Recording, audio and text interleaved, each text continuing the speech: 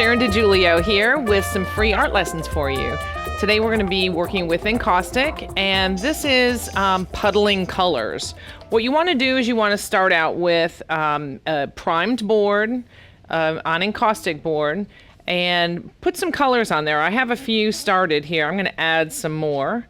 And this is just a great way to experiment with your colors and paints and what you have going on here.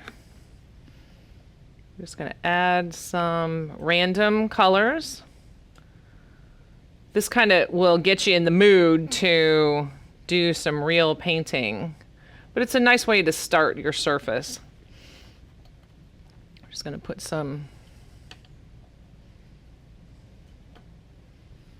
paints on here. These are encaustic paints that I'm using.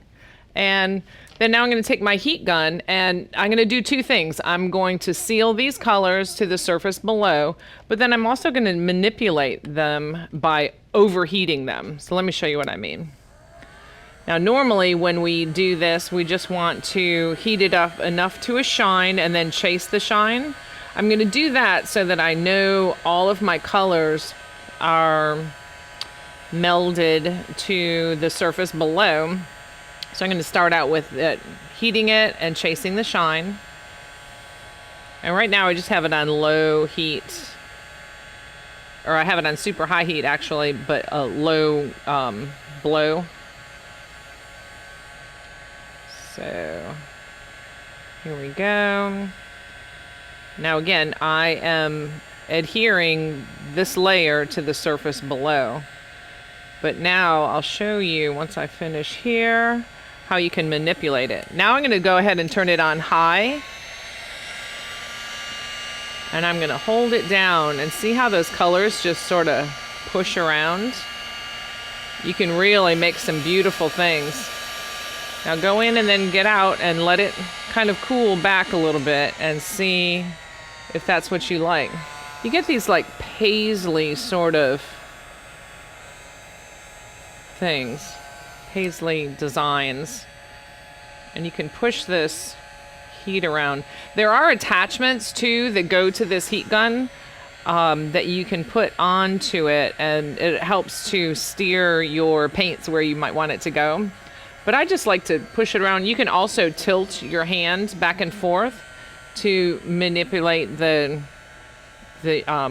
molten surface that you have going on.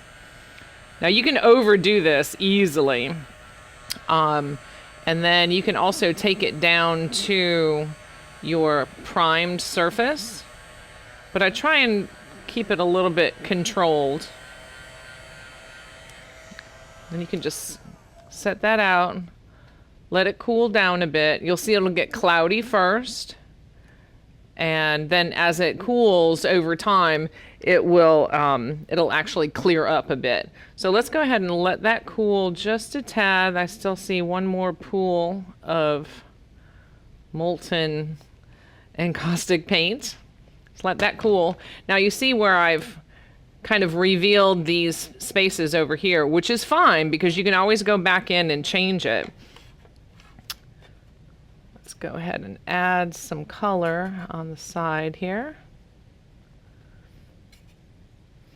Now right now I'm just sort of filling in these cracks and crevices.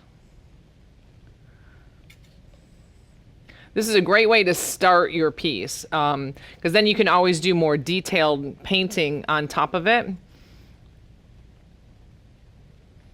like this.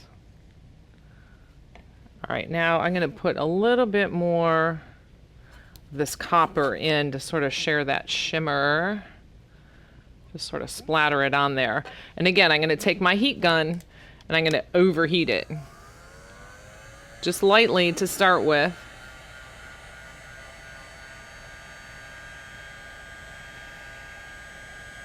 Then I'm just going to push it around. But see how it's kind of floating on the top there, that copper? I love that. And then you can just sort of, I can blast it. Woohoo! Really make some nice shimmery stuff. And then just let it ease on back. Tip it a little bit back and forth. And sort of have it puddle along the edge there.